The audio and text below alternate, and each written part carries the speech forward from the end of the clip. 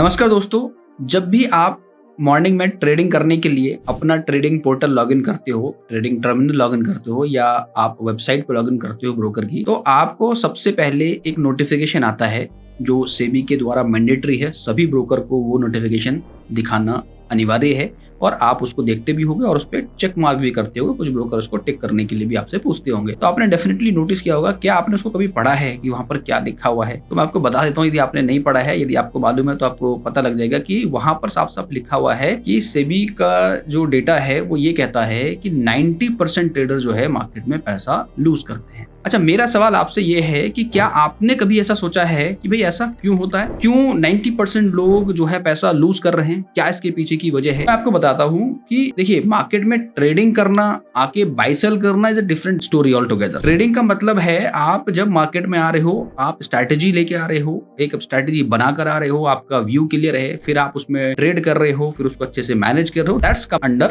Trading, right. Buy sell करना, I won't say कि कोई भी आया, बाय बटन दबाया, सेल बटन दबाया, एक गैम्बलिंग है वो। तो फिर कि आपने कुछ नहीं स्ट्रैटेजी लगाई, कुछ उसमें दिमाग नहीं लगाया, कोई एनालिसिस नहीं की और सीधे बाय सेल कर दिया, तो वो तो गैम्बलिंग है। तो हम उसकी बात नहीं कर रहे, हम यहाँ बात कर रहे हैं कि ये जो 90% का जो डेटा है, जो इतने सारे लोग लॉस कर रहे हैं, तो जब मैं बहुत सारे लोगों से मैंने इंटरेक्शन किया, काफी सारी रिसर्च की, तो मैं एक चीज मुझे नजर आई सामने कि आखिरकार जो मेजर रीजंस हैं लॉस होने के वो क्या है। तो मुझे यहाँ पर दो चीजों को मैंने बहुत ज्यादा फोकस किया और बहुत ज्यादा नोटिस किया कि दो तरह के लोग हैं जो ट्रेडिंग में ये गलतियां करते हैं। एक जो टाइप ऑफ ट्रेडर है उसका क्या रीजन है, क्यों वो लॉस करता है? क्योंकि वो स्टॉप लॉस को वैल्यू नहीं देता है और इसमें स्टॉप लॉस लगाता ही नहीं। दूसरा टाइप का जो ट्रेडर है वो क्या करता है, स्टॉप लॉस लगाता है मगर रैंडम स्टॉप लॉस लगता है। कुछ भी जो मन किया वो स्टॉप लॉस लगा दिया, जहां भी लगा कि 20 पॉइंट का स्टॉप लॉस लगाना है, 10 पॉइंट का स्टॉप लॉस लगाना है, वो लगा दिया। बेसिकली क्या मैं कहने की कोशिश कर रहा हूं, मैं ये कहने की कोशिश कर रहा हूं कि जो दो बड़े रीजन मुझे ऐसा लगता है वो ये है कि एक तो स्टॉप लॉस नहीं लगाना,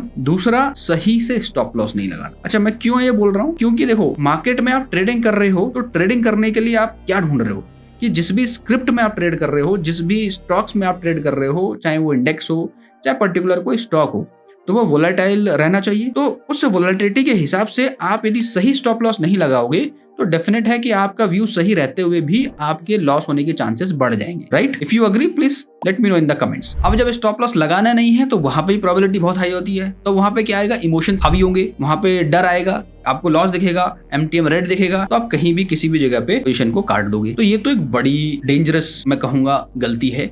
यदि आप स्टॉप लॉस नहीं लगा रहे हो तो आज से लगाना चालू कर दो।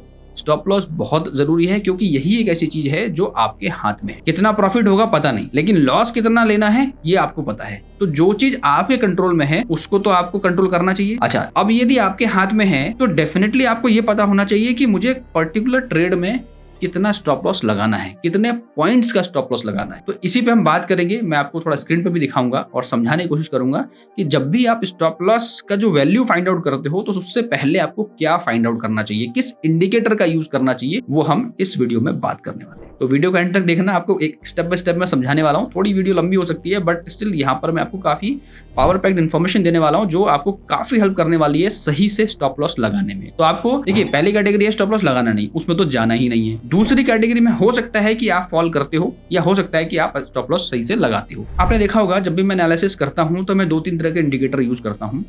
तो यहां पर मैं जिस इंडिकेटर की बात कर रहा हूं वो है वोलेटिलिटी बेस्ड इंडिकेटर।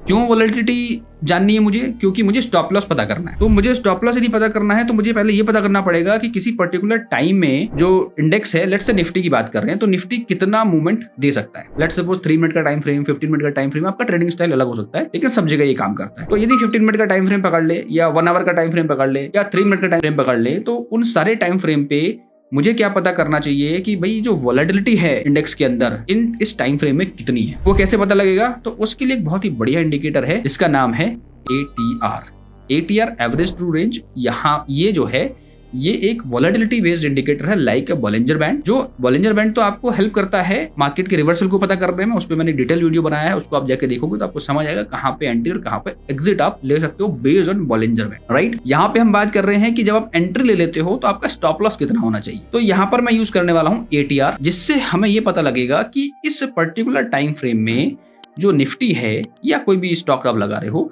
वो कितना उसमें मूवमेंट आ सकता है। तो जितना भी मूवमेंट उसमें आ रहा है तो हमें क्या करना है, स्टॉप लॉस लगाना है, राइट। यदि समझो कि पिछले नेक्स्ट 15 मिनट में 10 पॉइंट का मूव आ रहा है और मैंने स्टॉप लॉस लगाया 8 पॉइंट का, तो ऑब्वियसली मेरा स्टॉप लॉस तो कट ही जाना है, भले ही मेरा व्यू अच्छा सही हो, उसी डायरेक्शन में हो। या मैंने स्टॉप लॉस ही 10 पॉइंट का लगा दिया तो पता है कि हो सकता है नेक्स्ट मूव जो 10 पॉइंट की आ रही है उसमें मेरा स्टॉप लॉस चला जाए। तो मुझे अपने एटीआर से थोड़ा बढ़ाकर रखना है। अब कितना बढ़ाकर रखना है वो बात करेंगे। तो देखो आपको क्या करना है कि आपको इंडेक्स पे यदि आप ट्रेड कर रहे हो तो निफ्टी, लेट सपोज हम बात कर लेते हैं, तो निफ्टी पे यदि मैंने 15 मिनट का टाइम फ्रेम लगाया है तो मुझे एटीआर में देखना है कि उस पे एटीआर की उस टाइम पे वैल्यू क्या है जहां पर मैं एंट्री कर रहा हूं। तो जहां पर भी मैं एंट्री कर रहा हूं वहां पर यदि एटीआर की वैल्यू सपोज करो 50 है या 30 है, तो मुझे क्या करना है 30 into 2 डबल द एटीआर। मुझे एटीआर की वैल्यू को डबल कर देना है और फिर अपना स्टॉप लॉस प्लेस कर देना है। चाहे मैं ऑप्शंस में बाय कर रहा हूं या सेल कर रहा हूं या स्टॉक्स में बाय सेल कर रहा हूं, तो मुझे क्या करना है, क्योंकि वॉलेटिलिटी मुझे पता लग गई कि नेक्स्ट 15 मिनट में इतना है, तो मैंने क्या करा, उसको और सिक्योर कर लिया with doubling the ATR, right. मैं आपको कुछ एग्जांपल दिखाता हूं, मैं स्क्रीन पे दिखाता हूं, आपको समझ आएगा। तो देखो यहाँ पर ये मैंने स्क्रीन यहाँ पर ओपन करी हुई है। यहाँ पर ये 15 मिनट का टाइम फ्रेम पे हम बात कर रहे हैं। मैं यहाँ पे बात कर रहा हूँ निफ्टी के इंडेक्स की, क्योंकि मोस्ट ऑफ द पीपल यहाँ पर जो वॉच कर रहे हैं प्रोबेबली वो ऑप्शंस में ट्रेड करते हैं या पर्टिकुलर स्टॉक्स में ट्रेड करते हैं या फ्यूचर में ट्रेड करते हैं, तो ये सब जगह काम करेगा। और यहाँ पर मैंने ऑलरेडी एटीआर लगाया हुआ है। सेटिंग नॉर्मल है, कोई सेटिंग्स को चेंज नहीं करना है। जो जैसा एटीआर आपके ब्रोकर में जो चार्टिंग पैटर्न पे है वही यूज रखना है। 1430 to 94 यहाँ पर वैल्यू है, आप इसको नोट कर सकते हैं। उसके बाद यहाँ पर ये हम क्या देख रहे हैं कि हमें एंट्री करना है। लेट सपोज मेरी जो एंट्री है वो बॉलिंजर बैंड के हिसाब से मुझे इस कैंडल पे एंट्री मिल रही है, क्योंकि यहाँ पे लोअर बैंड को क्लोज करके इस कैंडल को उसने क्लोज किया, तो मुझे इस कैंडल पे एंट्री करनी है। इस कैंडल पे जो ओपनिंग वैल्यू है वो है, यहाँ पे आप देख सकते हैं, इस कैंडल पे जब मैं कर्सर रख रहा हूँ 11:15 के आसपास मुझे एक बाय रिवर्सल का देखने को मिल रहा है यहाँ पे, और उस समय प्राइस है 23,319। तो यहाँ पर मेरे को एंट्री मिल रही है इस वाले सेक्शन में। यहाँ पर मेरा जो ओपनिंग प्राइस है 23,319। तो मैं क्या करूंगा, यहाँ पर मैंने लिख दिया 23,319 का मेरा बाइंग प्राइस है। मैं लिख के ही बता रहा हूँ आपको। और उसी जगह पे मुझे क्या दिखना है, मुझे एटीआर देखना है। एटीआर कहाँ दिखेगा, एटीआर मुझे यहाँ पर दिखेगा उसी कैंडल के आसपास। जब मैं एटीआर देख रहा हूँ तो इस वाले पॉइंट पे मुझे दिख रहा है, राइट साइड में आप देखोगे तो ऑलमोस्ट 34 का एटीआर दिख रहा है। तो यहाँ पर मेरा एटीआर वैल्यू क्या हो गया, एटीआर वैल्यू हो गया मेरा 34 का एटीआर। तो मेरा एसएल क्या होना चाहिए, मैंने आपको क्या बताया, एसएल हम करते हैं डबल द एटीआर। तो कितना हो जाएगा, ऑलमोस्ट ये हो जाएगा 68 पॉइंट का हमारा एसएल हो गया। अच्छा 68 पॉइंट का एसएल यदि हो गया तो मुझे अभी क्या करना है, 68 पॉइंट को क्या करना है, इसमें हमें 23,319 में से माइनस कर लेना है 68 पॉइंट्स को, और हमारे पास वैल्यू आ गई 23,251। तो यहाँ पर मुझे हॉरिजॉन्टल लाइन ड्रॉ कर लेनी है, इसका वैल्यू डाल देना है 23,251, 23,251। तो this should be my stop loss value. Actually generally क्या होता है कि यहाँ पर जब हम जो वैल्यू लेते हैं उसका जो रिसेंट लो होता है उसको हम मार्क कर लेते हैं। तो रिसेंट लो हमारा यहाँ पर 23,280 का है, बट जो वैलिड एटीआर के हिसाब से हमारा जो स्टॉप लॉस जा रहा है 23,251 के नीचे हमें निकल जाना है। हमें वेट नहीं करना, क्योंकि यही एक चीज है जो हमारे अंडर में है, जो हमारे हाथ में है, ठीक है। तो यहाँ पर एक एंट्री मिली, ये देखो 15 मिनट के टाइम फ्रेम पे है। यही चीज यदि हम इसको लेट सपोज कि 1 आवर के टाइम फ्रेम में कर लेते हैं, तो 1 आवर का भी एग्जांपल मैं आपको दिखा देता हूँ यहाँ पे, कि 1 आवर के एग्जांपल में मुझे बॉलिंजर बैंड को मैं एंट्री सिग्नल के तौर पे यहाँ पे देख रहा हूँ। तो मुझे यहाँ पर एक एंट्री दिख रही है इस वाले सेक्शन में। आप पिछले जाके कई सारे चीजों में देख लेना, आपको समझ आ जाएगा। तो इस कैंडल पे जो एंट्री मुझे मिल रही है, क्योंकि इनसाइड द बार क्लोज हुआ है, तो मैं इस कैंडल की ओपनिंग प्राइस पे मैं एंट्री करूंगा from this to this candle. तो यहाँ पे ओपनिंग प्राइस है 21,998, वो भी लिख लेते हैं हम यहाँ पे। तो यहाँ पे मेरा क्या प्राइस है 21,998। तो देखो जब मैंने यहाँ पे करा तो मुझे कर्सर यहाँ इस जगह देखोगे आपको समझ आ जाएगा इसका ओपनिंग प्राइस। तो 21,998 का ओपनिंग प्राइस है, ठीक है। और यहाँ पर एटीआर हमें देखना है, सिंपल सा लॉजिक है। इस कैंडल पे आप कर्सर रखे रखो और यहाँ पर आके एटीआर देखो। तो इस जगह एटीआर राइट साइड में दिख रहा होगा स्क्रीन पे मेरी, इस जगह पे आप देखोगे दिख जाएगा। तो यहाँ पर इस कैंडल पे रखा मैंने, जहाँ पे मुझे एंट्री करनी है, और वहां पर एटीआर दिख गया 170 का, ठीक है। ऑलमोस्ट 170 का एटीआर है। तो मैंने यहाँ पे लिख दिया एटीआर कितना है मेरा यहाँ पे इस बार 170। इसका क्या करूंगा मैं, एसएल क्या लगाना है मुझे, डबल द एटीआर। तो डबल द एटीआर क्या हो गया 170 into 2 कर लो आप, कि 170 into 2 करोगे कितना आ जाएगा 340। तो 340 पॉइंट्स का एसएल होना चाहिए, ठीक है। 340 उसमें हम इसमें माइनस कर लेंगे, यानी कि हम क्या करेंगे यहाँ पे वंस अगेन 21,998 माइनस 340 को कर देंगे, तो 21,658 का हमारे पास आ गया। तो हॉरिजॉन्टल लाइन यहाँ पे ड्रॉ करेंगे और वहाँ पे वैल्यू डाल देंगे 21,658, 21,658। आप देखते जाओ कि यहाँ पे जब एसएल हमने लगाया है उसके बाद कितनी बड़ी रैली हमें देखने को मिली है।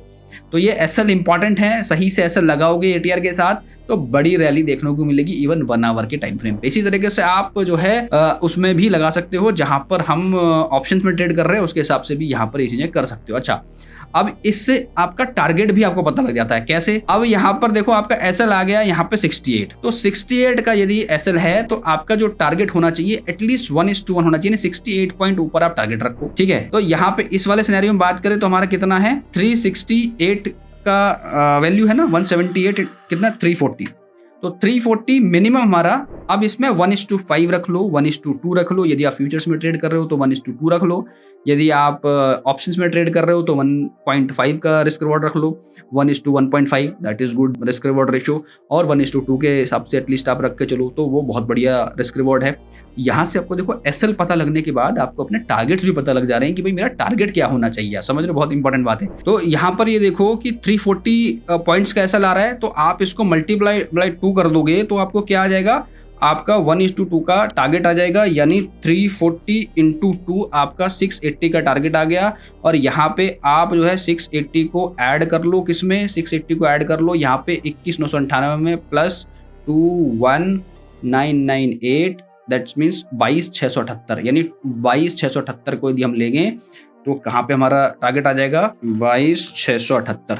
तो ये मेरा टारगेट आ गया। तो ये टारगेट भी देखो यहाँ पर आपको मिलता हुआ नजर आ रहा है। तो यहाँ पे एंट्री आ गई यहाँ पे, और यहाँ पे मेरा 1:2 का जो है ऑलमोस्ट कितना आ गया, 1:2 का टारगेट भी मुझे यहाँ पर आराम से मिलता हुआ नजर आ रहा है। तो यहाँ से आपको टारगेट भी पता लग गया। बस आपको ये डिसाइड करना है कि यदि ऑप्शंस में कर रहे हो तो 1:1.5 का मिनिमम रखो, और स्टॉक्स में या फ्यूचर्स में कर रहे हो तो 1:2 के रेशियो को मेंटेन करोगे तो आपका स्टॉप रिस्क रिवॉर्ड भी आपका काफी अच्छे से मेंटेन रहेगा। इसी तरीके से यदि किसी भी टाइम फ्रेम में यदि आप कर रहे हो तो वहां पर आप ये चीजें मैनेज कर सकते हो। फिर से समराइज करता हूं, आपको क्या करना है, जिस भी टाइम पे जिस भी जोन में आप एंट्री कर रहे हो वहां पर आपको एटीआर की वैल्यू चेक करनी है, और एटीआर की वैल्यू लेने के बाद आपको उसको डबल कर देना है और उतने ही नीचे पॉइंट पे आपको स्टॉप लॉस लगा देना है, और 1:1.15 और 1:2 के टारगेट के साथ आपको ट्रेड में बैठ जाना है। तो आपको ये पता रहेगा कि मेरा स्टॉप लॉस कितना है। टारगेट आप ट्रेल भी कर सकते हो, it is totally up to you as per your trade management, you can maximise also. So it depends how you manage your trade, but the important thing is you have to have your stop loss in place according to the volatility in the market. So volatility बहुत important है measure करना और उसके हिसाब से अपने stop loss को maintain करना.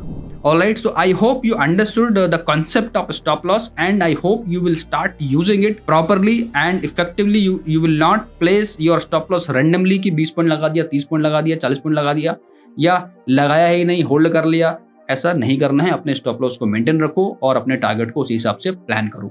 So alright guys, this is all for stop loss management for the day. I hope you like this analysis guys. यदि आपको ये स्ट्रैटेजी और ये जो एनालिसिस मैंने की है, यहाँ पर आपको बताया है कि किस तरीके से वोलेटिलिटी को चेक करके अपना स्टॉप लॉस मेंटेन करो, पसंद आई है तो मुझे कमेंट करके जरूर बताइएगा कि हाँ आपने कुछ नया सीखा है या आप इस तरीके से अब इसको यूज करने वाले हो। Anything else you want to ask, please let me know in the comment. So once again, thank you so much guys for watching this video till now. Have a great day ahead.